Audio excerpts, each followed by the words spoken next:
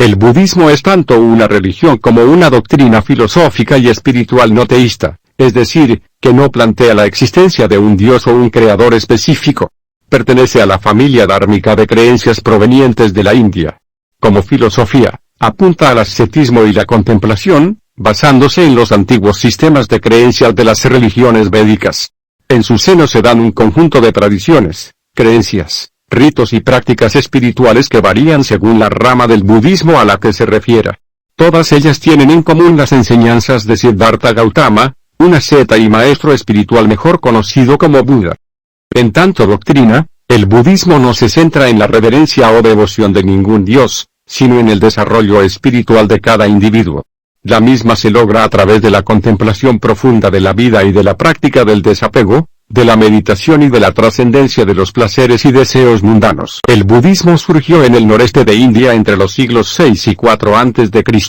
Durante un período de grandes cambios sociales e intensas actividades religiosas. La religión brahmánica imperante, perteneciente a las castas superiores, se hallaba en un momento de crisis. Con un clima propicio para las transformaciones culturales, muchos estudiosos tendieron a la reinterpretación de los textos védicos, mientras otros experimentaron con nuevas formas de misticismo. Hacia el siglo III a.C., las enseñanzas del maestro y fundador del budismo, conocido como Buda, se habían expandido rápidamente hasta convertirse en la religión mayoritaria. Finalmente, el emperador indio Ashoka la proclamó la religión oficial de su gobierno. El budismo imperó en India hasta el siglo VII d.C. En ese momento sufrió un dramático descenso en el número de practicantes debido a las invasiones de los hunos al Chon y al enfrentamiento con otras religiones védicas, como el hinduismo. Sin embargo, su importancia en las naciones vecinas fue en aumento. Como consecuencia, en el siglo XIII había prácticamente desaparecido de la India, pero se había propagado al Asia Central y del Sureste, gozando de seguidores en China, Corea y Japón. Además de constituir uno de los pilares de la cultura espiritual asiática, a partir del siglo XX se volvió también popular en Occidente. La naturaleza universalista de sus creencias le ha permitido adaptarse a diversas culturas, lenguas y sociedades. Así se convirtió en una de las religiones más grandes del mundo.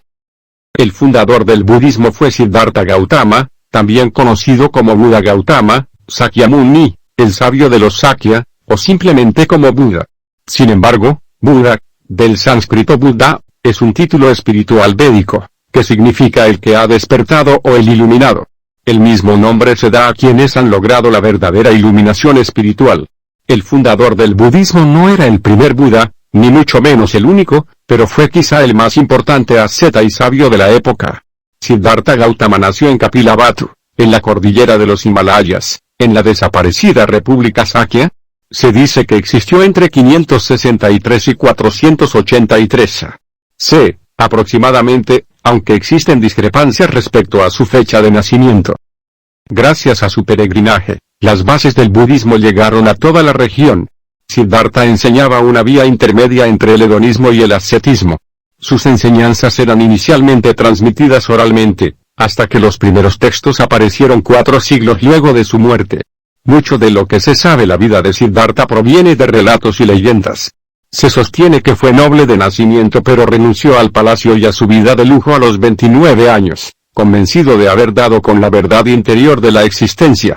El budismo como doctrina puede variar dependiendo de la rama que se practique, pero usualmente contempla los mismos principios filosóficos, que pueden resumirse en las 3 marcas o las 3 realidades según el budismo: la naturaleza del mundo de lo percibido, es decir, del que arrojan los sentidos, se define por 3 características fundamentales: anicca, impermanencia; anatman, insustancialidad; dukkha, sufrimiento, descontento.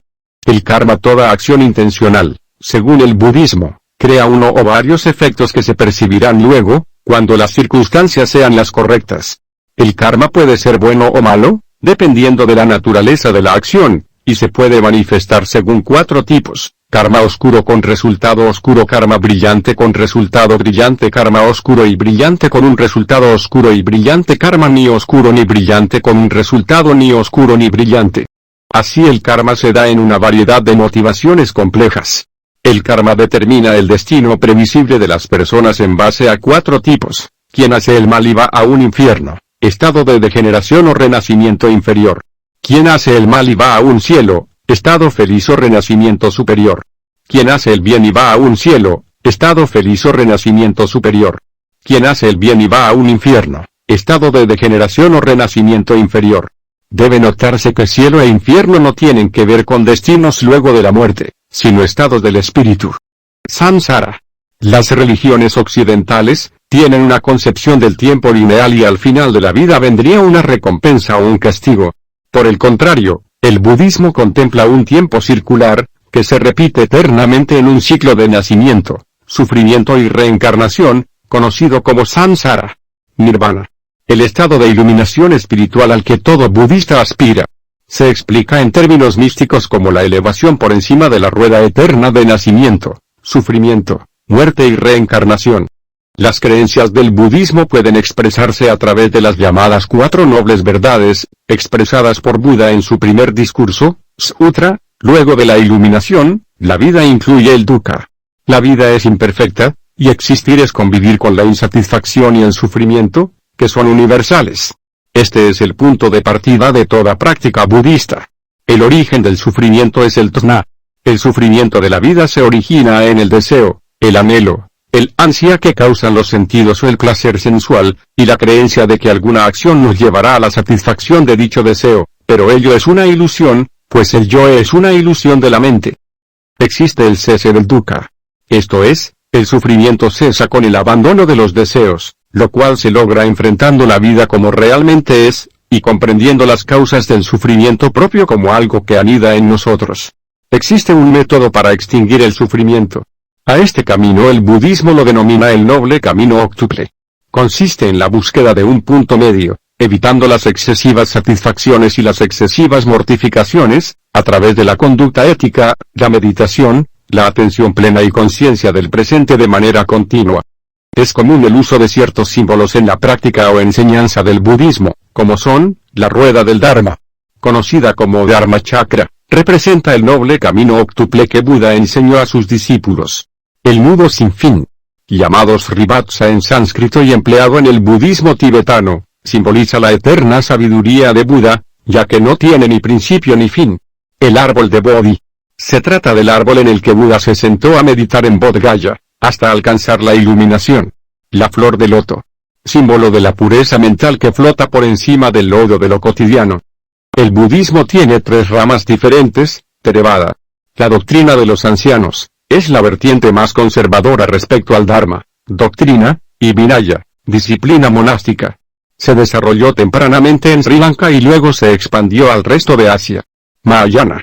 Practicado en China, Japón, Tíbet, Corea, Vietnam y Taiwán, inició en el siglo I d.C. y comprende las enseñanzas de Buda más como un método que como una doctrina.